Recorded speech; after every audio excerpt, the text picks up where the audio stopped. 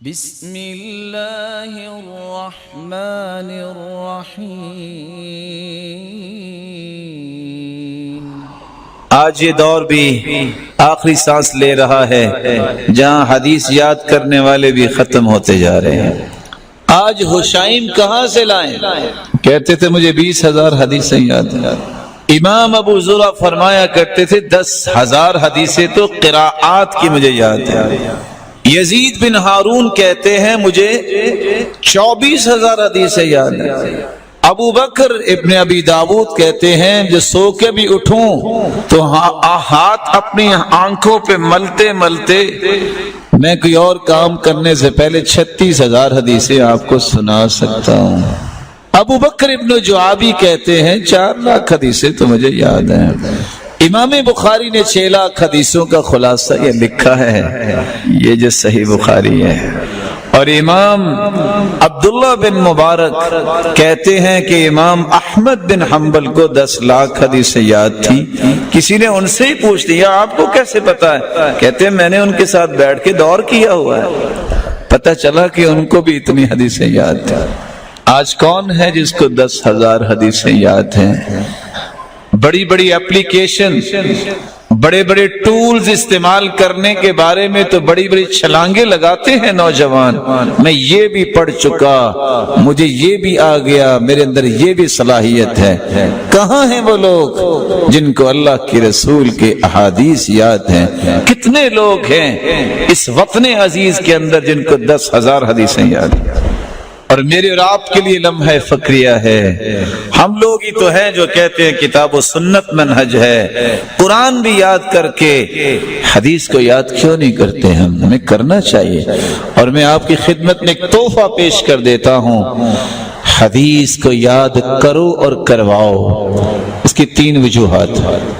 میں اس لیے بات کر رہا ہوں، سلف اس لیے حدیث کو یاد کیا کرتے، نضل اللہ امرأ سمع مقالتی فوعاها واداها كما سمعها۔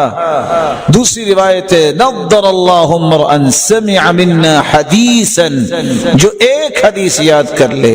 تیسری روایت ہے نضل اللہ امرأ سمع منا شیئا، کوئی حدیث کا کوئی ٹکڑا بھی یاد کر لے، کچھ بھی، جس طرح وہ یاد کرتا ہے سن کر پھر صحیح آگے پہنچا دیتا ہے، جب تک زندہ رہے گا اس کے چہرے پہ رونق رہے گی، شادابی رہے گی، قیامت کو بھی چہرہ روشن ہو جائے گا۔ شارحین حدیث لکھتے ہیں ما من رجل يطلب الحديث وإلا وفي وجهه نضرة، جو حدیث پڑھنے والا ہے اللہ کے رسول نے دعا دی ہوئی ہے، اس کے چہرے پہ کوئی عجیب سی رونق ہوتی ہے۔ اگر چاہتے ہو قیامت کے دن یہ چہرے چمکتے نظر آئیں تو پھر حدیث کو یاد کرنا سیکھو۔ ایک حدیث یاد کر کے سنانے سے چہرہ روشن ہو جائے گا۔ ایک حدیث، اس لیے بھی حدیث کو یاد کرو۔ جب آپ کو حدیث یاد ہوگی آپ غلط ترجمہ نہیں کریں گے، نص کے مطابق آپ باؤنڈ ہو جائیں گے کہ اچھا یہ حدیث کے الفاظ ہیں، ترجمہ یہ ہے۔ من مانے ترجمے کر کے خطرہ یہ ہوتا ہے کہ کہیں اس حدیث کی زد میں نہ آ جائیں۔ من کذب علی متعمدا فلیتبوأ مقعدہ من النار، جو بات خود کرتا ہے اور نسبت رسول اللہ صلی اللہ علیہ وسلم کی طرف کرتا ہے، اللہ کے رسول نے فرمایا جو جھوٹ مجھ پہ باندھتا ہے اس کا ٹھکانہ جہنم ہے۔ اللہ کے رسول نے فرمایا، باقی اپنے پاس سے بات کر لیتے، جب آپ حدیث پیش کریں گے آپ ترجمہ پھر اس کا کریں گے، خطرات کم ہو جائیں گے کہ آپ منمانی کی بات نہیں کریں گے۔ تیسرا اس لیے بھی حدیث یاد کرو، ایم اللہ، اللہ کی قسم پوری دنیا کے اسکالرز کو، پی ایچ ڈی ڈاکٹرز کو جمع کر لو، ان کی باتوں میں اتنی تاثیر نہیں ہو سکتی جتنی محمد مصطفیٰ کی بات میں تاثیر ہے۔ جو ان الفاظ میں لذت ہے، جو ان الفاظ میں مٹھاس ہے، جو ان الفاظ کی حلاوت اور شیرینی ہے، وہ دنیا کی کسی بات میں نہیں ہو سکتی۔ اور میں تو چاہوں گا کہ ایک چوتھی وجہ سے بھی آپ حدیث یاد کیا کریں. ہم صاحب منہج ہیں, ہم کتاب و سنت کا منہج رکھنے والے ہیں. کتاب تو یاد ہو وہ بھی کچی پکی, یہی بات ہے نا, کچی پکی نا. قرآن یاد ہو, کوئی ہے جو بغیر غلطی کے 10 پارے سنائے؟ کوئی ہے کوئی ہے جو بغیر غلطی کے قرآن پورا سنا دے؟ قانون ہے, آئین ہے, دستور ہے, اس کی ایک ایک شک جو ہے, اس کا ایک ایک آرٹیکل میری زندگی کو روشنی دینے والا ہے. یہ تو ازبر ہونا چاہیے. آج وہ دور یہ بھی ختم ہو گیا, بس حفظ کر لیا ہے, منزل کی فکر نہیں ہے. قرآن کو بھی یاد کرو, حدیث کو بھی یاد کرو. اور یہ وہ نعمتیں ہیں جس کے پاس ہوں گی اس کو اللہ اتنی نعمتیں دیتے ہیں اس سے شمار ہی نہیں کی جائیں گی. اور ایک جملہ میں آپ کے دل میں اتارنا چاہتا ہوں, قرآن بھی نعمت ہے, حدیث بھی نعمت ہے, اسلام بھی نعمت ہے. اللہ کے رسول کو بھی اللہ نے نعمت کہا. جو ان نعمتوں کی قدر کرتا ہے اللہ اسے بھی دنیا کے لیے نعمت ہی بنا دیتے ہیں. اور اتنی نعمت اللہ اسے عطا کرتے ہیں کہ شمار نہیں کر سکتے. تو کیا کریں گے آپ حدیث یاد؟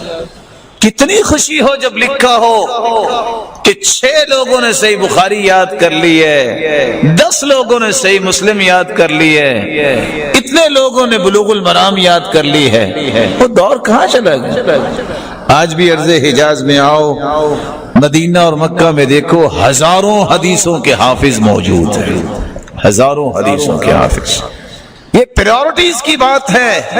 بیچلر کرتے وقت آج سمریز یاد کرنا, ایڈیمز یاد کرنا اور سملر ورڈ یاد ہو رہے ہیں. میں بی اے پاس کر لوں, کرنا چاہیے, برا نہیں ہے. لیکن کیا دنیا بانجھ ہوگی ہے؟ اب قرآن و حدیث اتنا پختہ یاد کرنے والے ختم ہو گئے.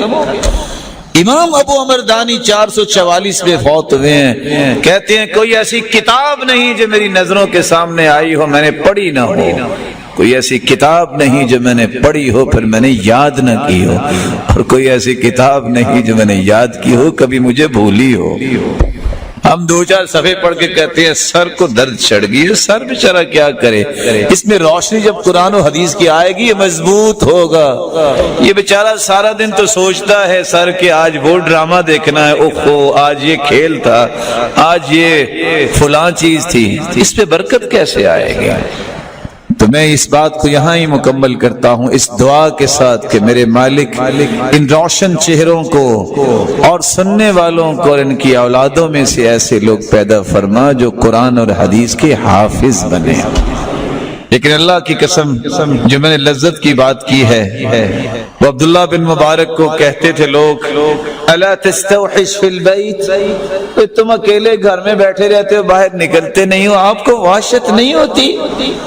کہتے انا مع اصحاب رسول اللہ, میں تو صحابہ کے ساتھ ہوتا ہوں, وحشت کیسی؟ کہتے ہیں کیا مطلب؟ کہا بس حدیث کھول کے پڑھتا رہتا ہوں, جو اللہ کے رسول کے فرمان پڑھ رہا اس کو وحشت کیسے ہوگا؟